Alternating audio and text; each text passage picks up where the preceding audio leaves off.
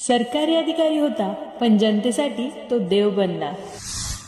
इतिहासात काही माणसं पदाने मोठी नसतात, पण त्यांच्या कर्माने ते अमर होतात. यशवंत महादेव भोसेकर ब्रिटिश काळातले एक प्रामाणिक मामलेदार, ज्यांनी सत्ता नाही तर संवेदनशीलता जपली. जेव्हा अधिकारी फक्त हुकूम चालवत होते, तेव्हा हा माणूस लोकांची दुःख ऐकत होता. न्याय देताना कठोर नाही तर मायेने वागत होता. म्हणूनच बागलांच्या मातीने त्यांना महाराज म्हटलं. आज सटाण्यात उभं असलेलं मंदिर हे चमत्काराचं नाही तर माणुसकीचं स्मारक आहे. इथे भक्त येतात, मागणं घेऊन नाही तर समाधान घेऊन जातात. आणि मग येतो तो दिवस यात्रोत्सवाचा. रस्त्यांवर रांगोळ्या, टाळ मृदुंगाचा गजर, बँडचा दणदणाट आणि प्रत्येकाच्या ओठांवर एकच नाव, श्री देव मामलेदार यशवंतराव महाराज. रथोत्सव म्हणजे केवळ मिरवणूक नाही, तो आहे पिढ्यानपिढ्या चालत आलेल्या श्रद्धेचा, सेवाभावाचा आणि विश्वासाचा प्रवास. आजही महाराजांचा रथ सटाण्याच्या रस्त्यांवरून